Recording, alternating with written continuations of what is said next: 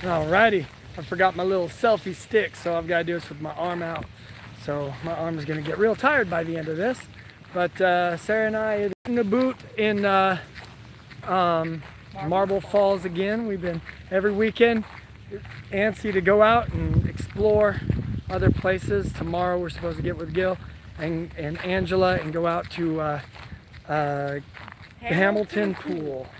We gotta see if it's open, all that stuff. Anyway, but it's been a very eye-opening day.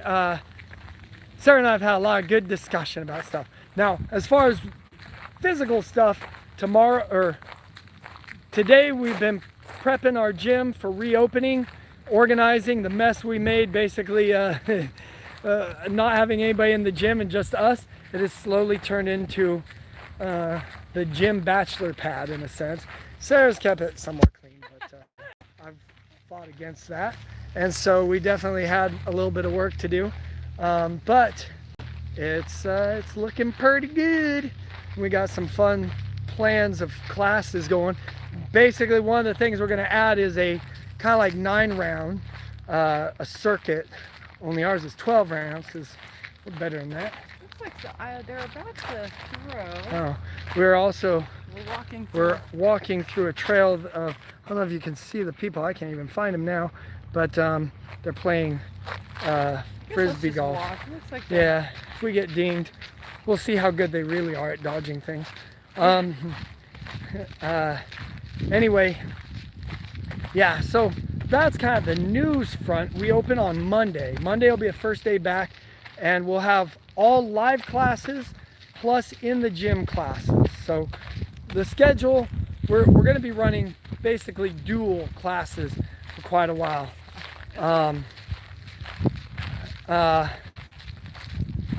Sorry, I'm just kind of paying attention to I know, we're walking through a frisbee golf course. Yeah. But anyway, so yeah. Thank you. Now, thoughts-wise, so last week I decided, I need to commit 12 weeks to really buckling down and getting shiz handled with the business and really up my commitment to routines. And the big focus, I guess, was getting up at 5 a.m., which is something, if you would ask me what is the last thing I would ever commit to, it would be getting up at a ridiculously ungodly hour. Like I've said many times, if I were to die of starvation or any other thing, I think dying of sleep, any death that is not torture. I wouldn't want to be tortured. We go that way or here? Okay.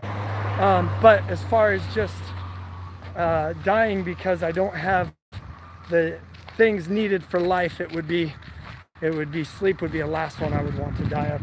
And but we committed to waking up at 5 because I realized there are a lot of, we listened to a thing that talked about getting rid of the little bumps in your life. What are those called? Little ridges, rivets. I don't know. But, well, so like on a plane, to make a plane go faster, they smooth everything out. And basically like doing that with your life. And I realized, it's so hard to wake up when the day is starting and everybody is calling your attention, and it's like I have to overcome so many little things that it would just be easier to overcome one big thing, which is getting up at a ridiculously early hour, and then I've got the whole morning to knock everything out. Now, what I wanted to do was I wanted to make the morning as pleasurable as possible, so I didn't really hold myself to having to do any work in the morning. I could just do whatever I felt like doing as long as I was up, and we were successful at that every day, kind of except for Tuesday, but that was only because my phone died. And I gave myself the, that reasonable, like, hey, we haven't done this before, so if something else, not outside of our control, but accidental happens, that's the way it'll be. So I don't feel guilty about it. And we still woke up at 6:30, so we were still up pretty early. Okay, moving on, because I kind of talked about that last week. Anyway, we're successful. The other thing is avoiding news, avoiding negativity. and I feel like we did a good job of that. As much as I wanted to click on those, I ignored any news-ish things on YouTube and focused on just like my MMA stuff and, you know, funny videos. Bill Burr cracking us up, and we've been actually laughing about him today because we watched one of his specials last night. But also, I'm not holding myself to getting up at that hour on weekends. Weekends are my days off. So 5 minutes in, I want to talk about, so I've also been meditating on and just going through kind of just focus on keeping the mindset going. And in that, last night I'd had kind of a big aha experience that I told Sarah about, and I thought was worthy of having on here, so because I don't want to ever forget it. And that is like that is so I've been reflecting on what do I get out in my meditations. I reflect on what I want and then what I get out of not doing what it takes to get what I want. Like, what is the payoff, as well as what am I missing out on by taking that payoff. So I'm basically just doing an inventory.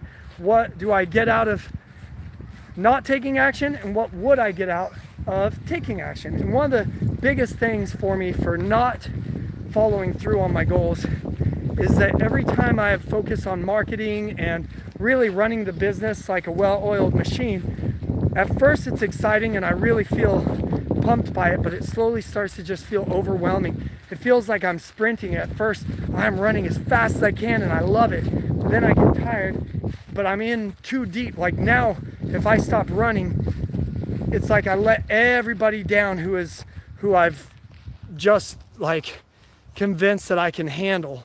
And so I get easily overwhelmed. And so then it becomes like running a sprint, and you eventually run out of the ability to do it. And then you end up just walking, and it's like by putting off getting my marketing ready and putting off getting everything ready, it's like my way of being able to go, well, I don't have to sprint again because I'm not quite ready yet. I've got to keep working on it. And so my biggest fear, I guess, of doing what I need to do to really make stuff happen is that once stuff starts happening, I get overwhelmed and I don't know how to keep things in good boundaries. But then on the side of things that I miss out on is I do have a feeling like my members don't really trust me. My Jeet Kune Do guys do, but I do sort of feel a lack of connection with my fitness guys to a degree, and you know, I don't always bring the best lessons. I haven't planned out the best lessons for them that I could, and I'm not giving them my best, and I feel a lack of connection and some distrust from them. And like if they were to leave the gym, it wouldn't be that big of a deal for them. And realize that's not what I want to build either. I want to build something that's really impactful for people, and I want to lead an impactful life and be an amazing coach for people. And that's really what I want. And so as I was thinking about it, I realized, you know, it's almost like what I've done is, so the EMyth talks about how providing structure for somebody is a way of kind of like showing love, because you're giving them something that we all crave. In a chaotic world, everybody wants to feel like things are like under some sort of control, that things feel safe. And so by creating a structure and giving somebody a clear structure, you provide a safe haven for them. And so that's what the EMyth is all about, is creating structures for people. I might go over 10 minutes on this one, but and the way that I grew up, so I grew up in a very unstructured home, and the way that my mom showed me love was through attention. It was unstructured, but there was never a moment where I didn't have the attention I needed. My mom would, you know, pay whatever attention to me. I had her attention whenever I wanted it. And I think that's subconsciously how I give love, is you know, I almost make this trade where I tell people like, yeah, maybe my lesson plans won't be the most prepared. Maybe you won't have the most amazing experience. You won't feel the most handheld through it. But anytime you need me, I am there. I will be, you know, I will give 100% of my attention to you in place of having a well-oiled machine that I built. So I think one of the things that's been so powerful to me being a part of like Top Coach, this thing that I'm a part of, and TKN, the coaching, is that they've created structures, like safety structures that I'm inside of. So it's almost like I learned about this idea of demonstrating love, not through giving undivided attention at the drop of a hat and like the more attention the better, but rather by the way that Lynn, one of the leader of Top Coach, talks about, is like you create a home for them to come into, a well-organized home, and you invite them in, as opposed to just being like, oh, I'm on call whenever you need me. I'm going to give you an overabundance of my attention, which is going to run me dry. Instead, no, you create a home and you invite them in, something to take care of them. And I think, you know, I read about that first in the EMyth and it sounded very enticing, but then it really is being a part of TKN and a part of Top Coach, where I really feel like I've gotten to actually be in it. And actually, it's almost like getting to be taught adulting, you know, being given a structure that I didn't have as a kid, where, you know, they provide a very clear, like, if you want help with your ads, be on there's 2 calls on, like, I think Monday, 1 in the morning, 1 in the evening, that you can schedule. If you want help with your funnel, 1 in the morning, 1 in the evening on like Tuesday or Wednesday. And if you want help with sales, you know, morning or evening on like Wednesday or Thursday. And so I don't know, it's just, that's kind of been a big aha, is that in my mind I associate love with attention, whereas I think the mindset that I'm learning is love, associating it with creating a structure or a well-organized home that sets someone up for success and providing it to them. And yeah, so anyway, a big aha for me.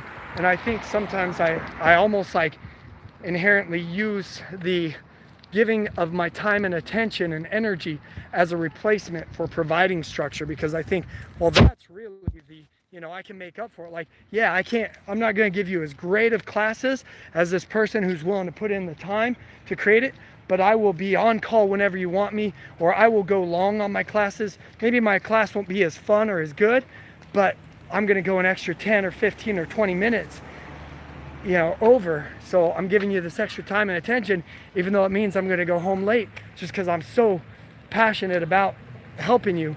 And it's like, and that it's true, but I'm also operating from the framework that the best way to give somebody love and help is to give them time, energy, and attention.